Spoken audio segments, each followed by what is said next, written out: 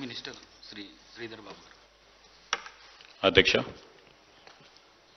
గౌరవ ముఖ్యమంత్రి గారు ప్రవేశపెట్టిన సంతాప ప్రతిపాదన బలపరుస్తూ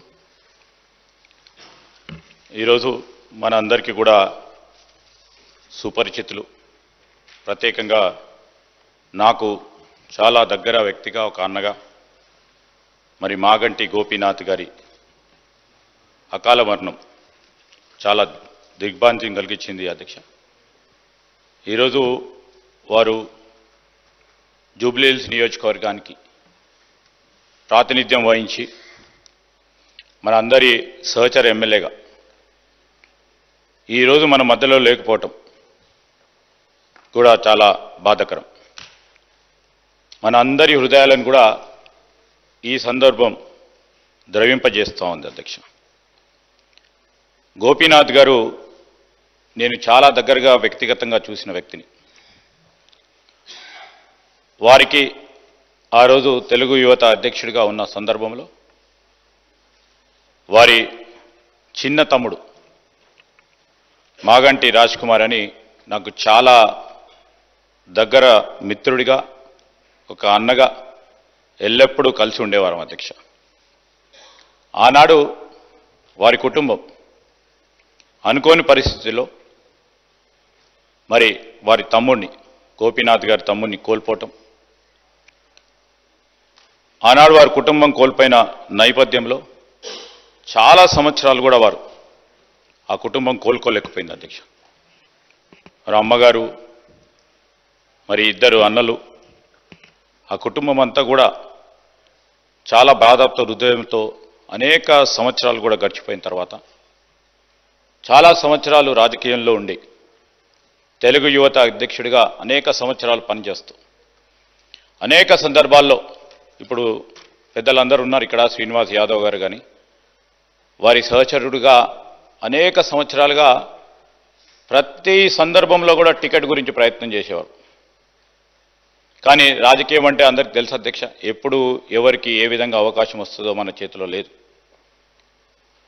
చాలా సంవత్సరాల తర్వాత వారికి అవకాశం వచ్చినప్పుడు జూబ్లీహిల్స్ సంబంధించి శాసనసభ్యుడిగా నిలబడటానికి అవకాశం వచ్చినప్పుడు వారు మాతో సంప్రదించినప్పుడు మేము ఒకటే చెప్పాం, కష్టంగా ఉన్న, ఇష్టంగా ఉన్న అవకాశం వచ్చినప్పుడు తప్పకుండా మీరు నిలబడి ముందుకు నడవాలంటే ఆ సందర్భాన్ని పురస్కరించుకొని వారు ప్రజాప్రతినిధిగా వారి రాజకీయ జీవితాన్ని ఆరంగేట్రం చేయటం జరిగింది అధ్యక్ష.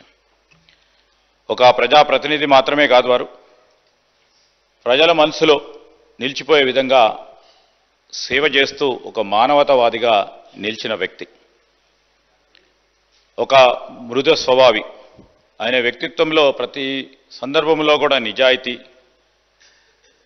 అందరితో కూడా కలిసిమెలిసి మెలిగే గుణం ప్రధానంగా కనిపించేవి అధ్యక్ష.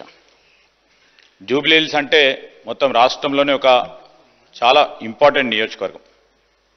ఆ ప్రాంతంలో సేవలు చేస్తూ ఇంకా ఏదో చేయాలనే ఒక తలంపుతో ముందుకు నడిచిన వ్యక్తి. అభివృద్ధి పనులు కానీ, పేద ప్రజలకు సంబంధించి వారి అండగా నిలబడటానికి, అనునిత్యం వారి సమస్యలను పరిష్కారం చేయడానికి మరి స్వర్గీయులైన గోపీనాథ్ గారు కృషి చేయటం జరిగింది. సభలో వారి లేని లోటును స్పష్టంగా మనం చూస్తూ ఉన్నాం. మరి ఈరోజు జూన్ 2, 1963 హైదరాబాద్లో హైదర్గూడలో కృష్ణమూర్తి మరియు మహానంద కుమారి దంపతులకు జన్మించిన గోపీనాథ్ గారు మరి 4 దశాబ్దాల పైచిలకు ప్రజాసేవలో, పార్టీలలో చురుగ్గా పనిచేసి పాల్గొన్నారు అధ్యక్ష. 1383లో ఉస్మానియా విశ్వవిద్యాలయం నుంచి BA పట్టభద్రుడై మరి 3 సార్లు జూబ్లీహిల్స్ నియోజకవర్గానికి ప్రాతినిధ్యం వహించిన గోపీనాథ్ గారు 1983లో వారు తెలుగుదేశం పార్టీని స్థాపించిన సందర్భంలో ఒక యువకుడిగా వారి రాజకీయ ప్రస్థానాన్ని ప్రారంభించి 85 నుంచి 92 వరకు తెలుగు యువత రాష్ట్ర అధ్యక్షుడిగా పనిచేస్తూ, అదేవిధంగా 87-88లో హైదరాబాద్ అర్బన్ డెవలప్మెంట్ అథారిటీలో కూడా డైరెక్టర్గా వారి పాలనా పరంగా తొలి అనుభవాన్ని మొదలుపెట్టారు అధ్యక్ష. మరి 88 నుంచి 93 వరకు వినియోగదారుల ఫోరం అధ్యక్షుడిగా, టీడీపీ హైదరాబాద్ జిల్లా అధ్యక్షుడిగా వారు బాధ్యతలు నిర్వహించారు. 2014లో మరి జూబ్లీహిల్స్లో వారికి అవకాశం రావటం, 3 మార్లు గెలవటం, మరి ఈరోజు మేమందరం కూడా మన అందరికి కూడా కటింగ్ అక్రాస్ పార్టీస్ అధ్యక్ష గోపీనాథ్ గారి గురించి అందరూ కూడా వారి ఒక సహచరుని సమాజంలో ఒక నిజమైన ప్రజానాయకుని కోల్పోయిన అనే అంశాన్ని సభ దృష్టికి తీసుకొస్తూ ఈరోజు మరి గోపీనాథ్ గారి కుటుంబ సభ్యులకి, అభిమానులకి, జూబ్లీహిల్స్ ప్రజలకి సభ పక్షాన కూడా మా హృదయపూర్వక సానుభూతిని తెలియజేస్తా ఉన్నాం అధ్యక్ష.